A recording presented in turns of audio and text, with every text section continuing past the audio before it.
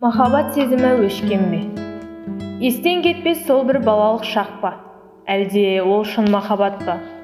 Сүйдім мен шын жүрекпен, адал сезімін білдірген, пәк те нәзік махаббатын сездірген, қамқорлығы мен ыстық сыйластығын үзбей келген жаным дейін бе?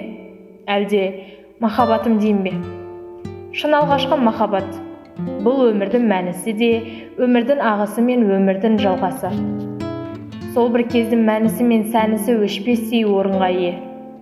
Көктемнің бүршік жарып, гүлденген сәтінде кешкі көктем самалымен жарқырап, жайнап тұрған жұлдызды айлы түнде алғашқы махаббат сезімін білдірген сәт. Мен үшін ағып өткен өзен тәріздес. Балалық шақ деген сезімнің жүректегі махаббат лүпіліне айналған ғашықтық сезім екеніне көз жеткіздім. Алғашқы махаббаттың сондай нұрлы жүзді, адал жанды жігітпен кездескеніме еш өкінішім жоқ. Достықтың кенеттен махаббатқа ұласқаны менің түн ұйқымдағы бір ғажайып, ең тәтті ұмытылмас түс секілді.